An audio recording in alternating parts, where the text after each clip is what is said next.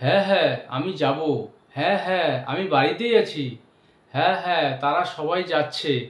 তো এই সেন্টেন্সগুলোকে কিভাবে ইংরেজিতে বলতে হয় নিশ্চয়ই তোমাদের জানা নিচ্ছে। তো আজকের এই ক্লাসে এই সেন্টেন্সগুলোকে কিভাবে তোমরা ইংরেজিতে বলবে সেটা শিখিয়ে দিব। সেই সঙ্গে আরও অনেক সেন্টেন্স রয়েছে। তো মনোযোগ সহকারে ক্লাসটি প্রথম থেকে শেষ পর্যন্ত দেখবে। আর পুরো ক্লাসটি দেখার পর যদি তোমাদের ভালো লেগে থাকে তাহলে ভিডিওটিতে অবশ্যই লাইক, কমেন্ট ও শেয়ার করবে। তো এবার মূল বিষয়ে আসা যাক। যেই সেন্টেন্সগুলোর কথা বললাম, হ্যাঁ হ্যাঁ আমি যাব, হ্যাঁ হ্যাঁ তারা সবাই যাচ্ছে। তো হ্যাঁ এই শব্দটিকে ইংরেজিতে ইয়েস বলে থাকি। তাহলে কি এখানে আমরা ইয়েস ইয়েস বলবো? না, সেরকমটা নয়। তো এই সেন্টেন্সটাকে আমরা কিভাবে বলবো? Yes, yes of course, yes of course, I will go, yes of course I will go. তো আমরা যেই কথাটাকে বাংলায় যেভাবে বলি ঠিক একই রকম সেন্স প্রকাশ করতে ইংরেজরা সেইভাবে সেন্টেন্সটাকে বলে না। অর্থাৎ আমরা যখন ইংরেজি শিখব আমাদের সেই সেন্সটাকে বুঝে নিতে হবে যে এই সেন্সটা তারা ইংরেজিতে কিভাবে প্রকাশ করছে সেই অনুসারে আমাদের সেন্টেন্সটা বলতে হবে। তো এখানে একদম ট্রান্সলেট করলে পরে ইংরেজিটা ঠিক আমরা শিখতে পারবো না। তো হ্যাঁ হ্যাঁ এই কথাটাকে আমরা যেভাবে বলছি, তো ইংরেজরা বলছে yes of course I will go, হ্যাঁ হ্যাঁ আমি যাব। তো এই নিয়ম অনুসারে পরের সেন্টেন্সটি হ্যাঁ হ্যাঁ তারা সবাই যাচ্ছে। তো এই সেন্টেন্সটাকে আমরা বলবো ইয়েস, ইয়েস তারপর অফকোর্স, ইয়েস অফকোর্স লেখার পর এখানে আমাদের এক্সক্লেমেশন সাইনটিকে ব্যবহার করতে হবে লেখার ক্ষেত্রে, বাট স্পিকিংয়ের ক্ষেত্রে তো আর সেটা প্রয়োজন নেই। তো ইয়েস অফকোর্স, হ্যাঁ হ্যাঁ তারা সবাই যাচ্ছে, yes of course they are all going, হ্যাঁ হ্যাঁ তারা সবাই যাচ্ছে, yes of course they are all going. তো এই নিয়ম অনুসারে পরের সেন্টেন্সটিকে তৈরি করব, হ্যাঁ হ্যাঁ আমি বাড়িতেই, বা আমি বাড়িতেই আছি। কেউ ফোন করলো তো বললাম হ্যাঁ হ্যাঁ বাড়িতেই। তো এই সেন্টেন্সটাকে আমরা বলবো yes of course, yes of course I am at home, yes of course I am at home, হ্যাঁ হ্যাঁ আমি বাড়িতেই। তাহলে এই রকম সেন্টেন্সগুলোকে আমরা এই নিয়ম অনুসারে তৈরি করব। তো এরপরে আরও দুটি সেন্টেন্স স্ট্রাকচার আমি দেখাচ্ছি। তো নেক্সট সেন্টেন্সটি লক্ষ্য করো, তাহলে আগে বলা উচিত ছিল, তাহলে আগে ভাবা উচিত ছিল, তাহলে আগে অনুমতি নেওয়া উচিত ছিল। তো এই সেন্টেন্সগুলোকে আমরা কিভাবে বলবো?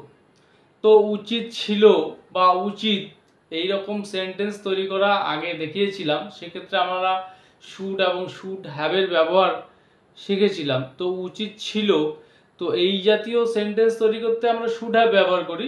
বাট এই সেন্টেন্সগুলো একটু আলাদা। তাহলে আগে বলা উচিত ছিল, তাহলে আগে ভাবা উচিত ছিল। তো এই সেন্টেন্সগুলোকে কিভাবে বলবো? Then you should have, then you should have told before, then you should have told before, তাহলে আগে বলা উচিত ছিল। এই স্ট্রাকচার অনুসারে তাহলে আগে ভাবা উচিত ছিল এই সেন্টেন্সটাকে আমরা বলবো then you should, then you should have thought, এখানে আমরা ভার্বের থার্ড ফর্ম ব্যবহার করব শুড হ্যাভ এর পর। তো then you should have thought before.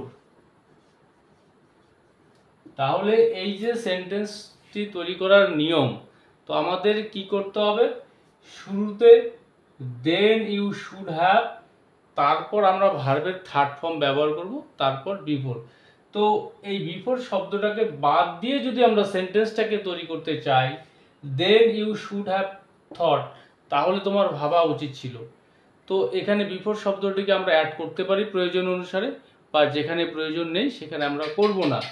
তো নেক্সট সেন্টেন্সটি লক্ষ্য করো, তাহলে আগে অনুমতি নেওয়া উচিত ছিল। তো এই সেন্টেন্সটাকে আমরা কিভাবে বলবো, then you should have, then you should have taken permission,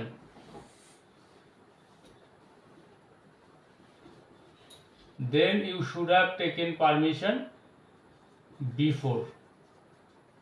তাহলে তোমার আগে অনুমতি নেওয়া উচিত ছিল।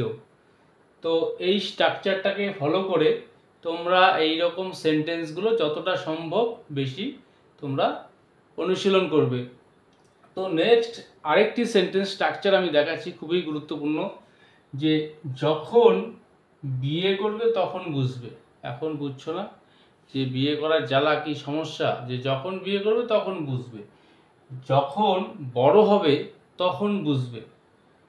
তো এই সেন্টেন্সগুলোকে আমরা কিভাবে বলবো, তো যখন বিয়ে করবে তখন বুঝবে এই সেন্টেন্সটাকে আমরা বলবো when you get married, when you get married then you will realize, when you get married then you will realize, যখন বিয়ে করবে তখন বুঝবে। তো এই সেন্টেন্সগুলো তৈরি করার সময় যে বিষয়টা মাথায় রাখতে হবে, যখন বিয়ে করবে তখন বুঝবে, অর্থাৎ এই যে সেন্টেন্সটি রয়েছে এর মধ্যে দুটি বিষয়, বিয়ে করবে তখন বুঝবে, অর্থাৎ আপাত দৃষ্টিতে মনে হচ্ছে দুটি বিষয় ভবিষ্যতের, বাট এই যে প্রথম অংশটি যখন বিয়ে করবে, এই অংশটাকে আমরা এইভাবে বলতে পারবো না when you will get married, না, এক্ষেত্রে সেন্টেন্সটি ভুল হবে। তো আমাদের এই প্রথম অংশটা সিম্পল প্রেজেন্ট টেন্সে গঠন করতে হবে, when you get married, যখন বিয়ে করবে, then you will realize, তখন তুমি বুঝবে। তাহলে এই স্ট্রাকচার অনুসারে পরের সেন্টেন্সটি আমরা কিভাবে বলবো, যখন বড় হবে তখন বুঝবে। তো এই সেন্টেন্সটাকে আমরা বলবো when you grow up, বেড়ে ওঠা, বড় হওয়া, when you grow up। এখানে when you will grow up বলবো না, when you grow up then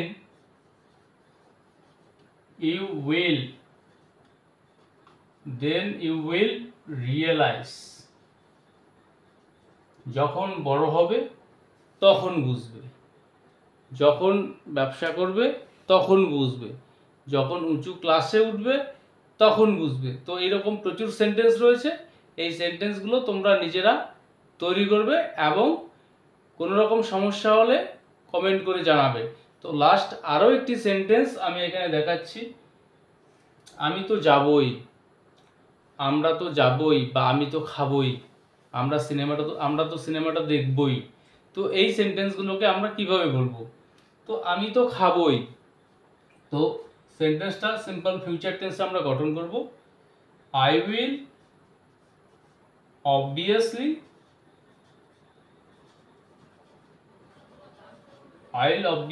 ইট, আমি তো খাবই, আমরা তো যাবই, তো সেন্টেন্সটা আমরা বলবো উই উইল অবভিয়াসলি